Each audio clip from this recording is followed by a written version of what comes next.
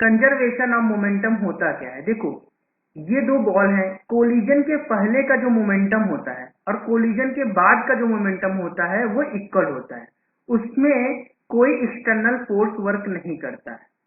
ठीक है, मान लो सपोज दैट ये जो बॉल ए है इसकी वेलोसिटी कितनी है बच्चों? u1 है, और बॉल बी जो है इसकी वेलोसिटी कितनी है? u2 है।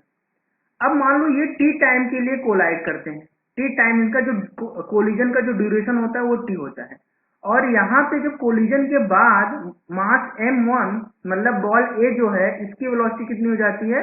v1 हो जाती है, और इसकी वेलोसिटी कितनी हो जाती है? v2 हो जाती है। यहाँ पे एक केस लेते हैं कि u1 is greater than u2। ये क्यों लेते हैं? क्योंकि अगर u1 वेलोसिटी ज्यादा रहेगी एज कंपेयर टू u2 तभी तो ये जाके यहाँ पे कोलाइड करेगा, अदरवाइज तो कोलाइड करेगा ही नहीं। ठीक है, अब यहाँ पे बॉल A जो बॉल B पर F1 फोर्स लगाती है जब कोलाइड करते हैं तो, और इसी तरह से बॉल B बॉल A पर F2 फोर्स वर्क करता है। अब according to the Newton's third law, it states that if an object exerts a force on a second object, the second object exerts an equal and opposite force on the first object। मतलब कि ये जो ball A है F1 force लगाती है F2 पे, और ball B जो है F2 फोर्स लगाती है F1 पे। यही हमारा कहता है न्यूटन थर्ड लॉ। ठीक है, तो यहाँ पे न्यूटन थर्ड लॉ के अकॉर्डिंग हम क्या लिख सकते हैं? F1 is equal to minus F2। Correct. अब फोर्स क्या होता है? फोर्स जो होता है rate of change of momentum, momentum किस रेट से चेंज हो रहा है ये लिखते हैं। तो अगर हम बात करें ए बॉल की वेलोसिटी यहाँ पे u1 है, और यहाँ पे ए बॉल की वेलोसिटी कितनी है बच्चों? v1 है। तो अगर हम यहाँ पे फोर्स लिखते हैं तो फोर्स क्या होता है? मास इंटू फोर्स क्या होता है? Rate of change of momentum, और मोमेंटम क्या होता है? Mass into velocity. वेलोसिटी किस रेट से चेंज हो रही है? v1 minus u1।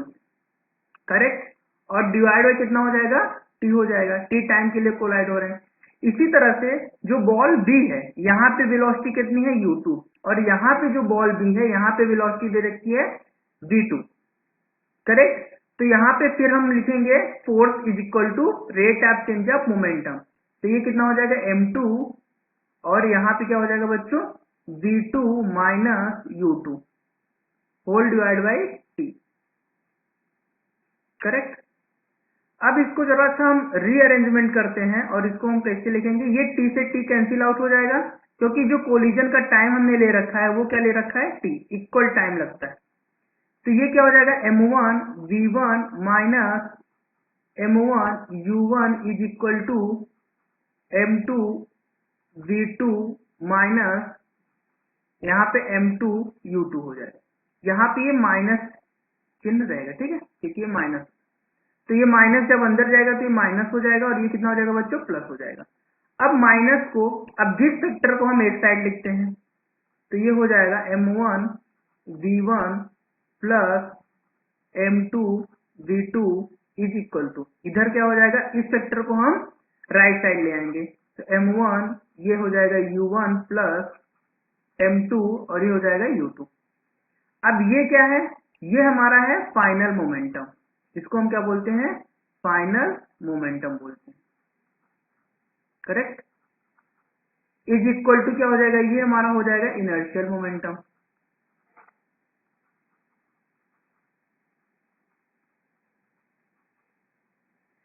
Final momentum is equal to inertial momentum. इसी को क्या बोलते हैं बच्चों? Conservation of momentum. इसी को बोला जाता है कंजर्वेशन ऑफ मोमेंटम। मोमेंटम क्या हो गया? इक्वल हो गया, और यहाँ पे कोई एक्सटर्नल फोर्स वर्क नहीं किया है, इसी को बोलते हैं कंजर्वेशन ऑफ मोमेंटम। इसी तरह के वीडियो को देखने के लिए चैनल को लाइक एंड सब्सक्राइब कीजिए।